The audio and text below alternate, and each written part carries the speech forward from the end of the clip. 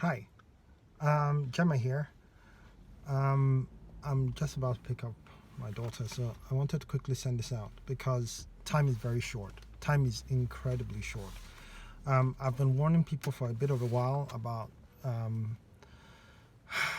Covid-19 and the fact that a second lockdown is coming. I've hardly said this publicly in the context of a video or anything, but I've kind of been talking about it for some time. But I think it's time I pointed out something, and that is the fact that this is not, on the one hand, this is not the mark of the beast, as some people have been alluding to. No, we are not yet in the final week of Daniel.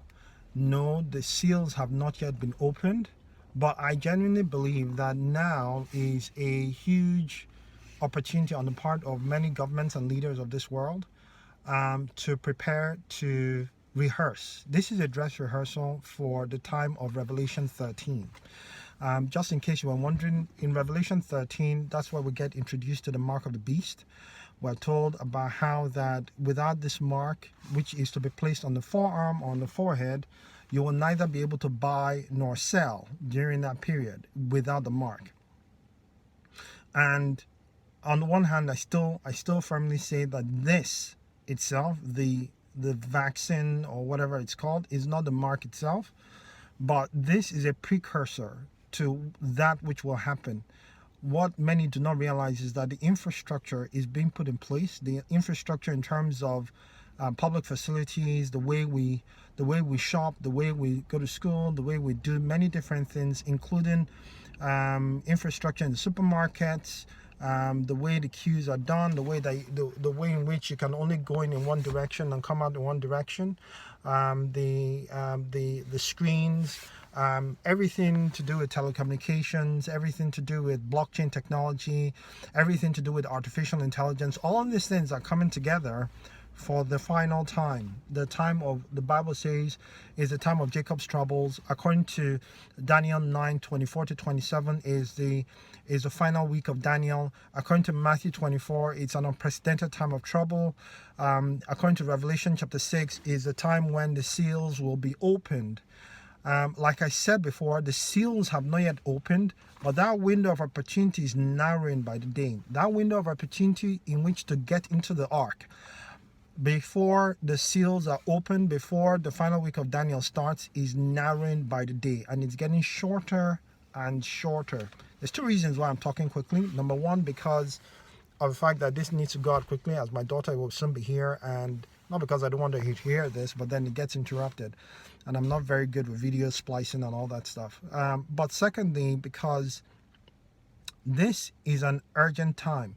Now, I'm not one for placing dates or for saying this is when the rapture is going to take place, but it would not surprise me if the rapture takes place in the context of the week of trumpets, the feast of trumpets, because it resembles a lot. If there was ever a feast that resembles the rapture in the context of the Bible's narrative about the rapture, the Bible talks about in First Thessalonians, my arm is hurting, that's why I keep transferring from hand to hand.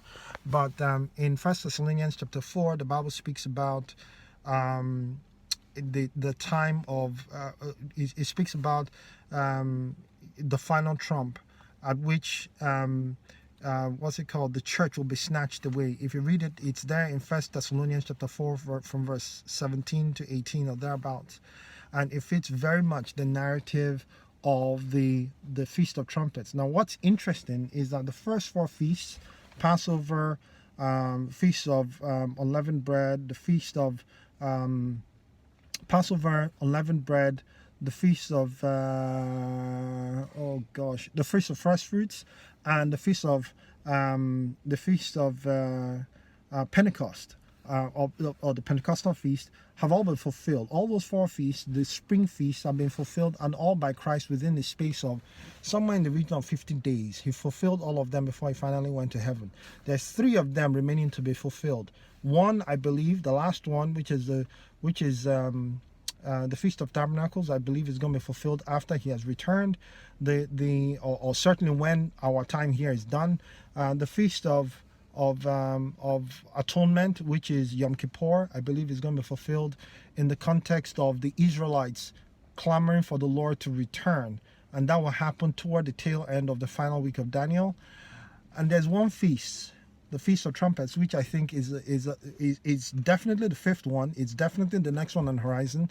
It's going to be celebrated in a few days, but whether that's when the church is taken, I don't know for certain. I just don't know. What I do know is that the amount of time we have left on this planet before Yeshua comes to take his church, before Jesus Christ comes to take his church, is closing by the day. And just like it was in the days of Noah, where the people were eating and drinking, marrying and giving in marriage, nobody cared, nobody was too serious about what was coming, because what was coming had never happened before. Everybody took things for granted and just assumed day is going to continue to night, night is going to continue to day, and nothing is going to change. The same is coming again. I'm telling you because most of you who are hearing this are believers, and so I'm saying to you, start warning others, start sharing the gospel with others. You have an opportunity to share the gospel like no other time before, because the events of the times that we're in gives you a platform for starting and then letting the Lord take control of your conversation with him, because you'll be amazed when you start to speak. The Bible tells us that the Spirit of your Father who is in you will continue. He will say everything because he's in you. The Bible says in Philippians chapter 2 verse 12 and 13, it says, work out your salvation with fear and trembling, for it is God who is at work in you, both to will and to do of his good pleasure. God is the one at work in you. So warn people, prepare, because our time on this planet is nearly done. That's my daughter here. Take care. God bless. Bye.